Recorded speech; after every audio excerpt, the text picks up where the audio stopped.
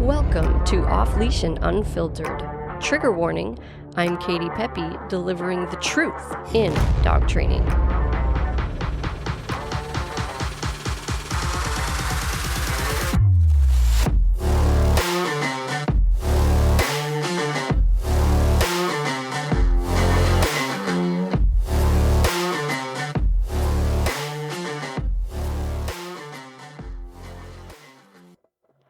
Thanks for joining us for another episode of Off Leash and Unfiltered. I'm your host, Katie Pepe, and I own Diamond Canine Dog Training in Biddeford, Maine. We specialize in e-collar training for off-leash obedience and behavior modification, so helping people stop behaviors they don't like, barking, jumping, getting into the trash, and more serious things, leash reactivity, aggression, resource guarding, and we love working with nervous and fearful and anxious dogs as well. We also offer puppy programs. So that's who we are and what we do. And this podcast is just our way of sharing everything we see and do and learn every day with you guys, everything we're doing with the dogs and with our clients. And our hope is you'll get something out of this that will help you with your own dog. So don't forget to hit subscribe to help support the podcast. Let's dive in. Picture this.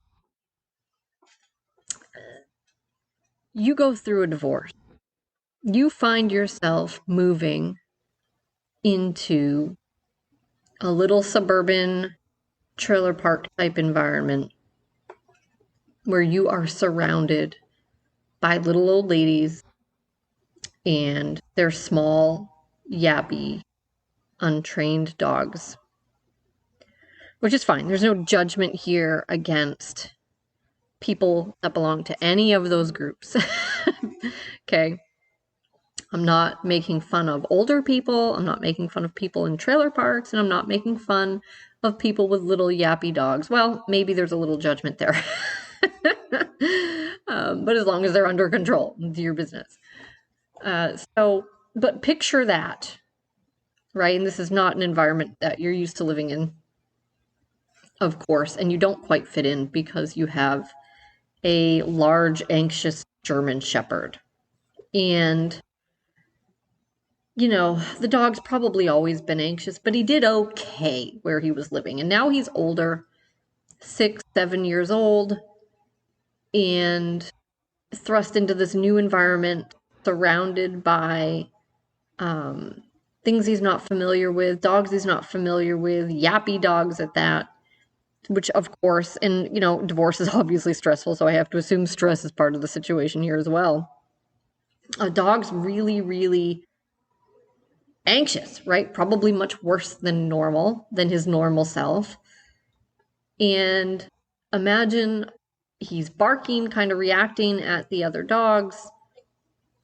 This makes little old ladies uncomfortable, and they call the police on you. It's not a great situation. It's not a great day-to-day life where you have to basically be thinking about that all the time, kind of walking on eggshells. Because the fact is, it's your dog. You know what I mean? And you have a right to take your dog outside. You have a right to take your dog for a walk.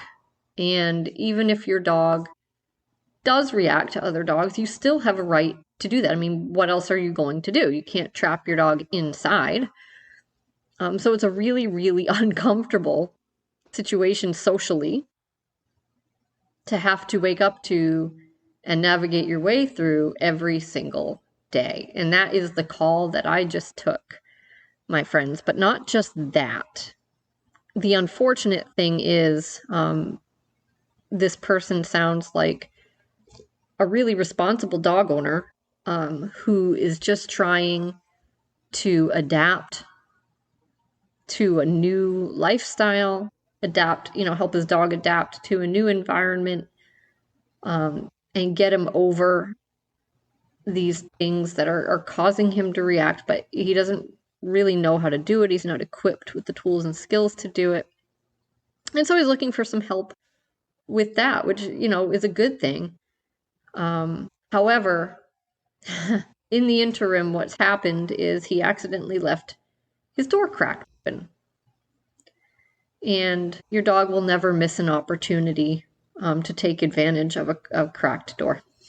So So out the door, his German Shepherd went. And you can imagine what kind of upset that created in the neighborhood.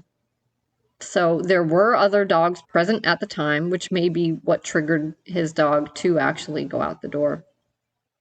And he did charge at the other dog, and he did physically pin the other dog to the ground, and it was a little dog. But he didn't hurt him. My estimation is if he wanted to hurt him, he probably would. Now, who knows? We might have just gotten lucky. But chances are this dog is much, much bigger than the other dog. And if his intent was to just go kill the other dog, he probably would have. Or he would have at least left holes in him. And there weren't any.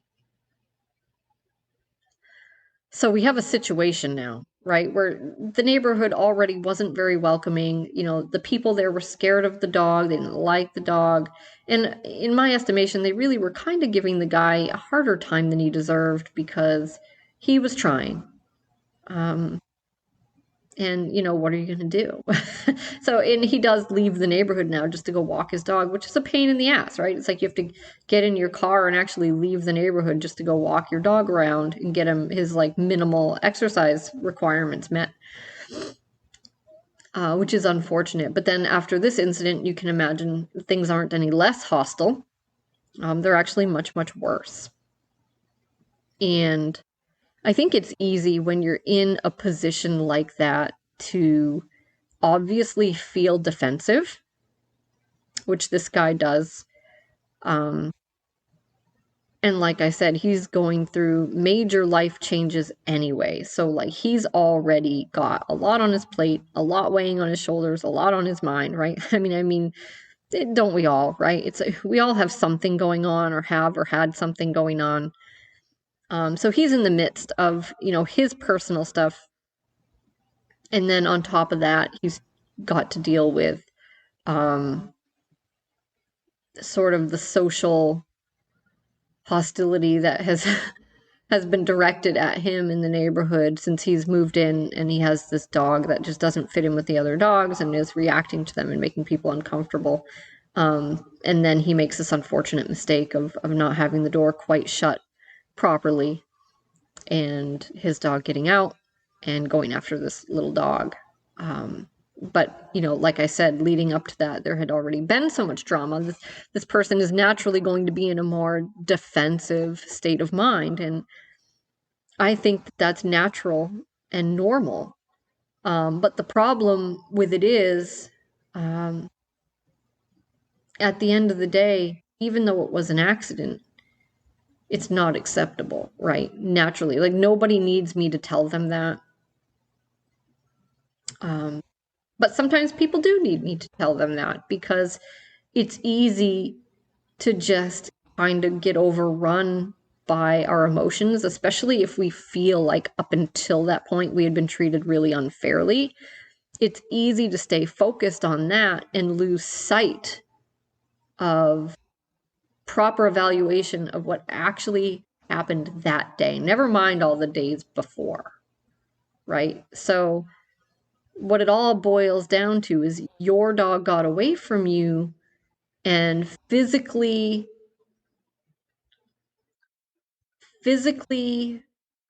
bullied another dog, right? Didn't just invade their space, which would be bad enough, right? If an off-leash dog runs up to me, especially in a place where leashes are required, but regardless, I don't want that. I don't want dogs running up to me, even if they're quote unquote friendly. I don't want that. I don't want to meet your dog. It's not that I don't like your dog. It's that I don't know your dog, and I'm not going to make it my job or my priority to get to know everybody else's dogs. So it just doesn't make sense to do that because there's no benefit. There's no reason I need to do that.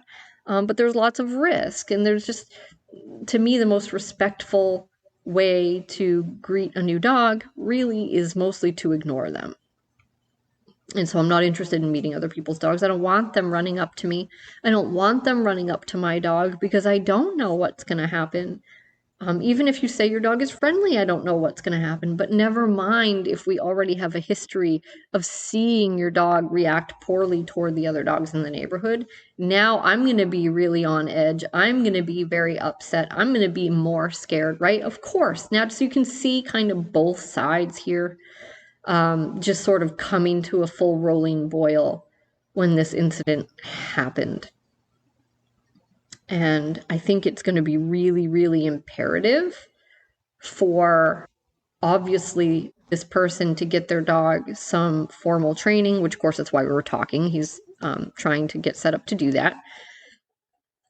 And really, it might just be a saving grace for them all the way around, because not only will this training give his working power breed dog something to actually do, something to focus on, something to care about, instead of just going haywire and being frantic, and trying to control the environment and freaking out about the environment all the time. It will have a more focused, directed agenda, right? These are the expectations. These are the things I want you to do, right? And some of those things will be automatic and default. Some of those things will be trained in the form of commands, right? I want you to lay down. I want you to go to your place. I want you to walk in a heel, right? Right now, this person has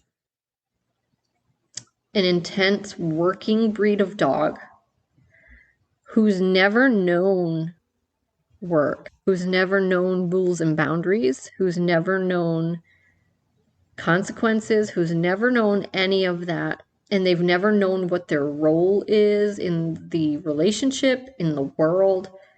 And they've, excuse me, I'm gonna sneeze. I have been sneezing like crazy. I don't know if it's allergies or what. It's another one. All right, excuse me, guys. Sorry.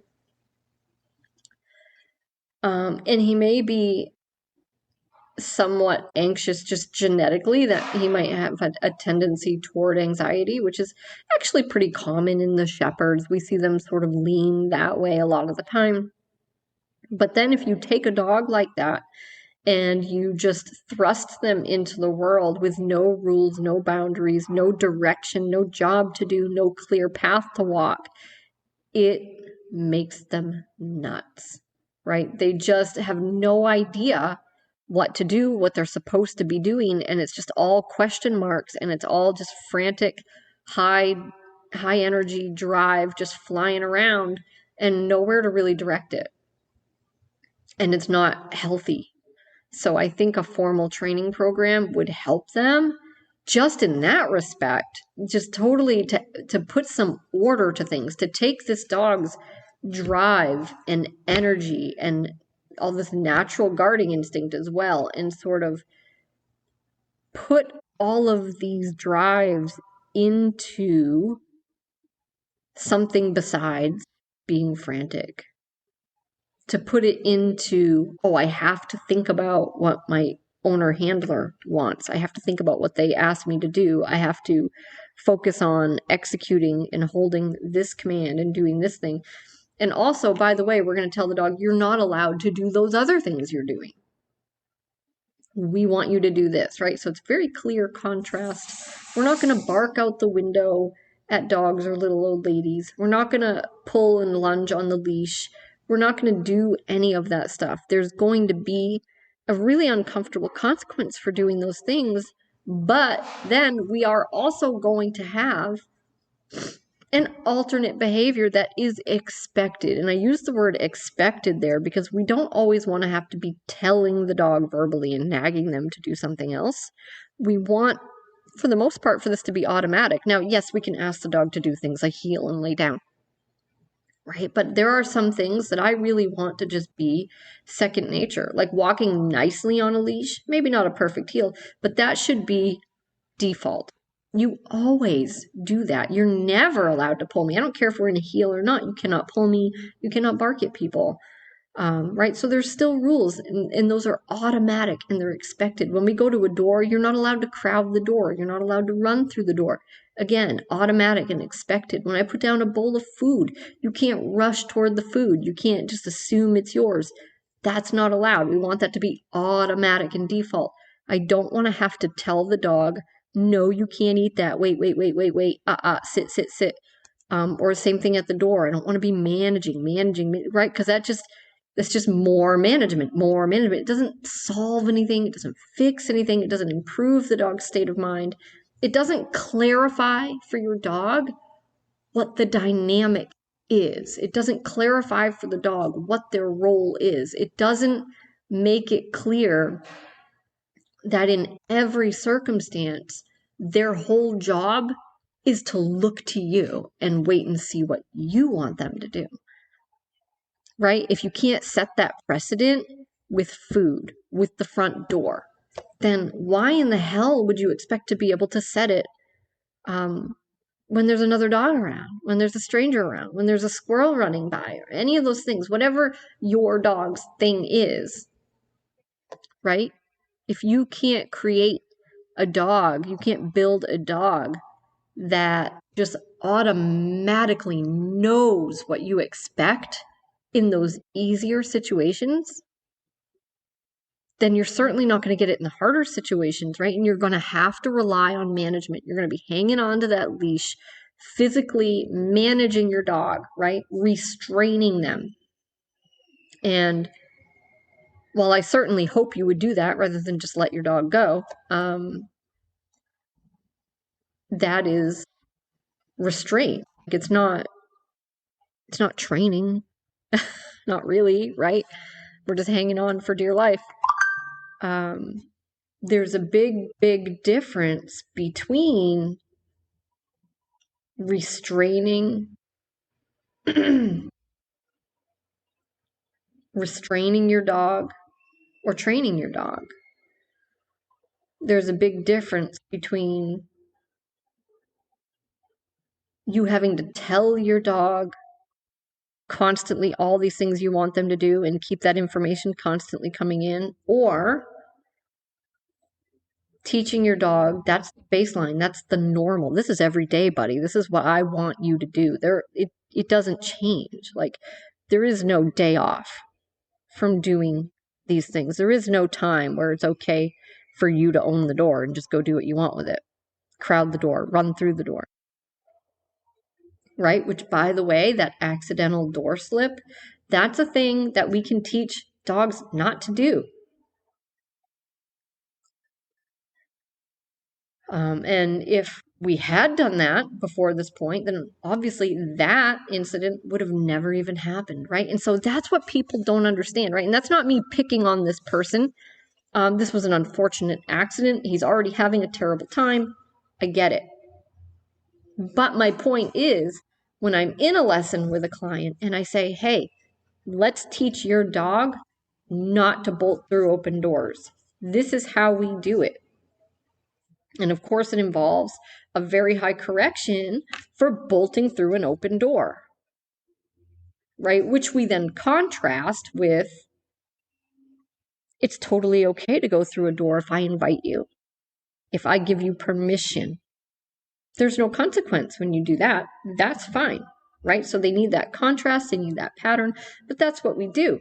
And they learn, if there's no invite, if there's no instruction to move through the door, and they choose to do it on their own, it's going to suck. Don't do it.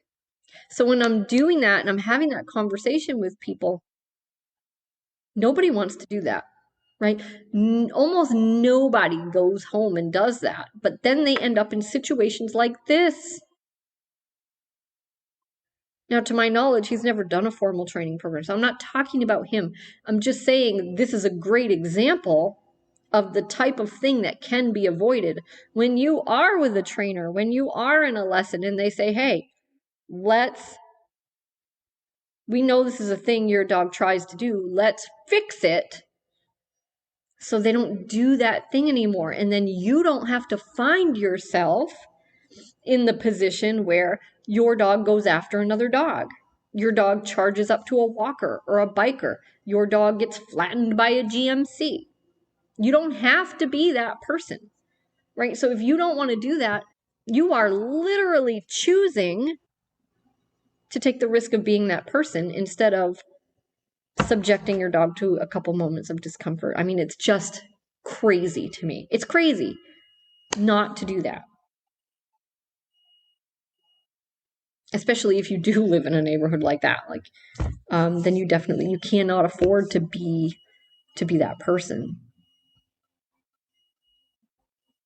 right? So I think a training program where the dog is actually going to know by default what the expectations are, what is not acceptable, and what is expected with food, with thresholds, all these things.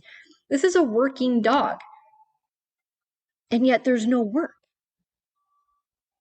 right? And doing some fun work stuff, doing some scent work, like, sure, right? It just isn't what we do, but highly recommend that as part of your dog's plan. If you have a drivey, high energy, working type dog, like, give them stuff to do.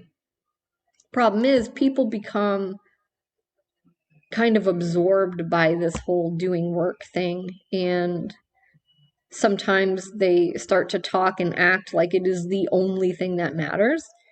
A good example of that is I've talked about this dog before, a Labrador who was like my worst case of separation anxiety ever. And everybody thought he just needed work to do. And it's like, no, guys. It's like, I agree, fulfilling this dog's natural, like, needs and ability to work. Absolutely. It's a great part of the plan. But I don't care how much work you give this dog. He's still going to have extreme separation anxiety. It's not going to just go away. And people become very reliant on, like, exercise, stimulation, keeping the dog busy. And in turn, when we do that, a lot of times we actually make the dog worse because we continue to kick the can down the road, let them rehearse their behaviors, let them rehearse overstimulation, over-arousal, anxiety. They're not developing any real coping skills. They're just developing taking those anxieties out on the world, right? Having to constantly chew, having to constantly pace, having to constantly move. And it's not helping, it's hurting. So definitely in these guys' case, I'm really rooting for them. I hope that they do sign up officially for a program, because I think it would do them just worlds and worlds of good to have the obedience in place, to be giving the dog some standards and some work to do, to empower the owner to get better behavior from his dog, so he can stop the behaviors he doesn't like, which primarily is the reactivity. And the dog is really insecure. I mean, he did mention on the call that the dog's behavior at the vet is definitely a very fearful response, like sometimes losing control of bowels and that sort of thing. So this is a dog that's really, really insecure. And for those dogs, guys, see, people think you need to be less bossy, right? Less militant. If you can see me, I'm doing the air quotes with the dogs that are more nervous, more fearful. No, they need it more. It's more important with those dogs for them to know who's in charge, what's going on, what's expected of me, right? Because they can't relax until they have that. There's too many question marks. There's too much uncertainty. And they just lose their mind. So I think also this would help the dog build some confidence and help his owner build some confidence. And what I would love to see is them strutting around, not having to get in his car and leave to take his damn dog for a walk anymore, but being able to get in his car and, being able to just walk in his own neighborhood, and all the little yappy dogs around him doing their thing while he walks by with just the best behaved dog in the park. Like, that would be awesome. It would be so awesome. But I think to get there, a few things need to happen. I mean, we need to do this training program. We need to really, really work with the owner a lot, which we always do. But I mean, he's living in a tough environment where he's going to be pummeled with these triggers constantly. So he really needs to understand what's happening, how to do it, how to address it. All these things are going to be so important for him to become very, very skilled at working with his dog, because he's living in a tough situation. And again, there's no days off from it, right? This is where he lives. He's got to be willing to make the lifestyle changes. And we talked about that. He's got to be willing to use his crate more, to use more structure. He's going to be willing to tell his dog no to things right now, until he can get that dog into a better state of mind and start getting some better behavior. And I think it's really important too for him to take accountability for what happened. And we had that talk, and it is hard to tell people that because I know they're hurting. Like, this guy's in a bad place probably right now, like mentally, right? He's got a lot going on personally. Things aren't like going great, right? But at the end of the day, like I said, no matter how shitty the people in his neighborhood are, no matter how shitty the dogs in his neighborhood are, no matter how unfair he might feel like life is right now, at the end of the day, his dog is his responsibility. It got away from him. It ran up to these people, which it shouldn't even have been able to do. And then it physically muckled onto this dog. Didn't put holes in it, thank God, but it could have, right? And at the end of the day, it's just not a good look to be indignant about that. You have to take full accountability for that. And I also think it's just super important for the owner to be in that mindset of accountability if they want to really reach their goals with their dog, right? Because it's really easy to just blame other people and other environmental factors and not take responsibility. And then we kind of have an excuse and a free pass to just fail at our training. And we don't want that for people. It's so important to us that our customers are successful.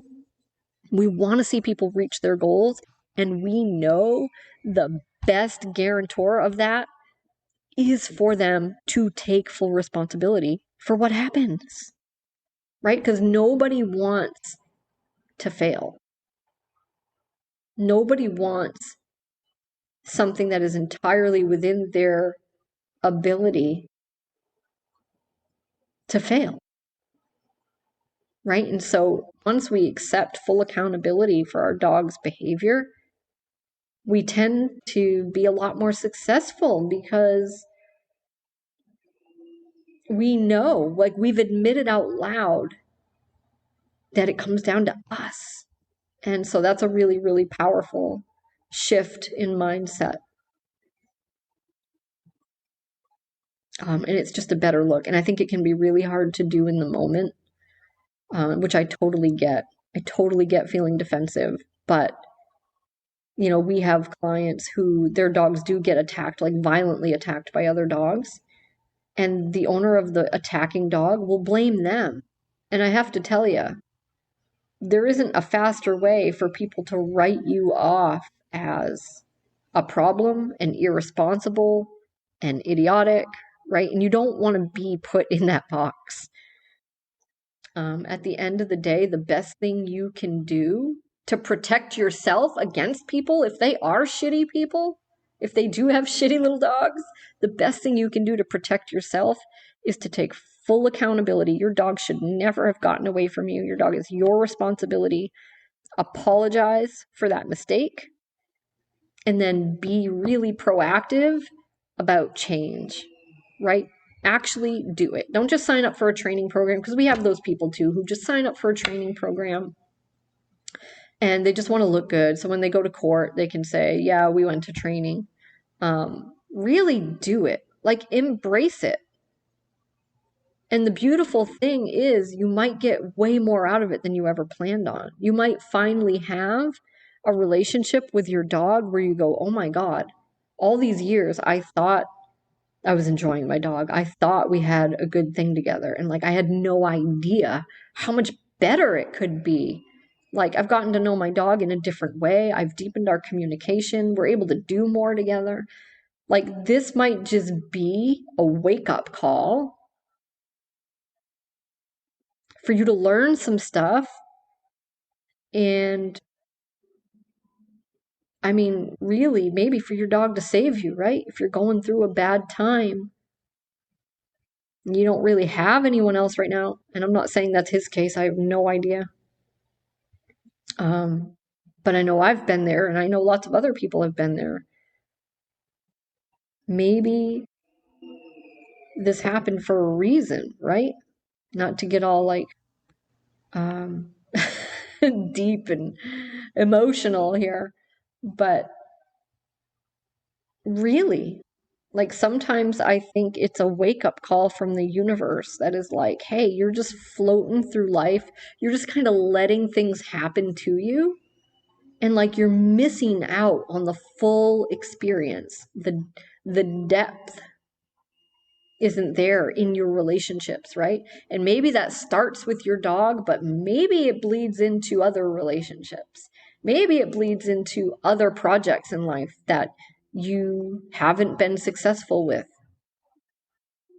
Maybe this does something for your attitude. Maybe it does something for your outlook, right? So maybe it's not just dog training, but at any rate, I'm really rooting for this person, and I can't imagine finding myself in this situation. Honestly, it does suck.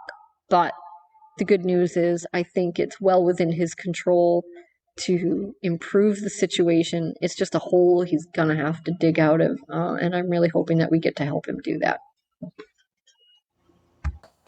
We hope you enjoyed today's episode. If there's a topic you'd like to hear discussed, you can send that to me directly at katie@diamondcanine.com via email. So I will link to that email address in the show notes. Thanks for joining us today, guys. Thanks for supporting the podcast, and I look forward to the next one.